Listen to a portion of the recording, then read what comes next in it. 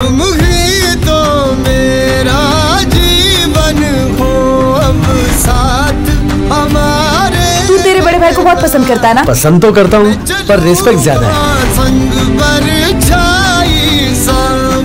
ऐसा मैंने क्या कर दिया जो मुझे इस तरह बोल के चली गई? दुनिया जैसी दिखती है वैसी है नहीं,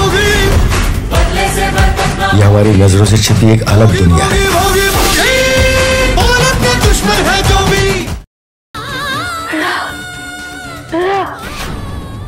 ভালো বাবা, পিমনি সবাই না অনেক তোমাকে খোঁজার চেষ্টা করেছিল। তোমার ছবি থানায় দিয়ে খোঁজ করেছিল, কিন্তু কেউ খুঁজে পায়নি।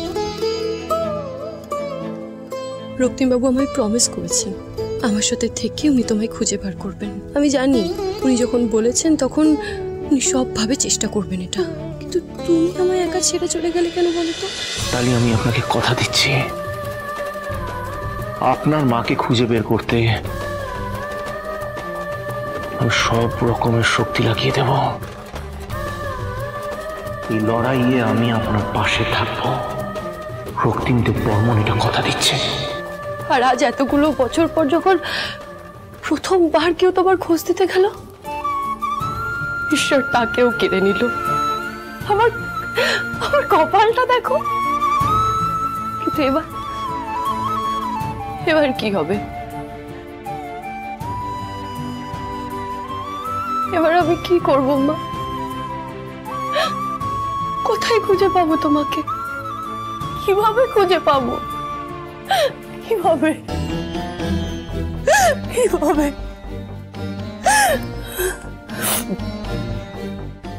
আচ্ছা মা, এরকম হতে পারে না যে একদিন রক্তিম বাবুর মায়ের মতো হুট করে তুমি চলে আসলে, আবার সামনে দাঁড়িয়ে আমাকে দুহাত দিয়ে কাছে টেনে নিলে, আমাকে জড়িয়ে ধরে বললে দেখ ডালি, আমি তোর মা, তোর কাছে চলে এসেছি, তোকে ছেড়ে কোনোদিনও আর কোথাও যাব না, কোথাও না।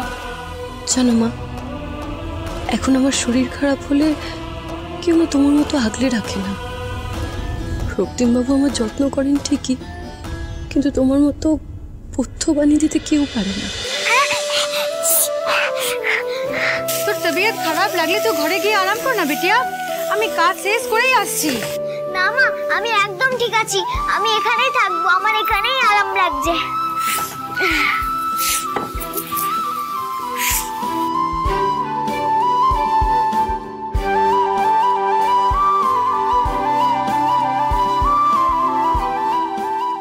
মা, তুই রান্না দেওয়া তেজপাতা চালের কৌটোতে কেন রেখেছিস? যাতে চাवल के डिब्बे में পোকা না লাগে। চালের কৌটোতে তেজপাতা রাখলে বুঝি পোকা ধরে না? नहीं, পোকা ধরে না। ও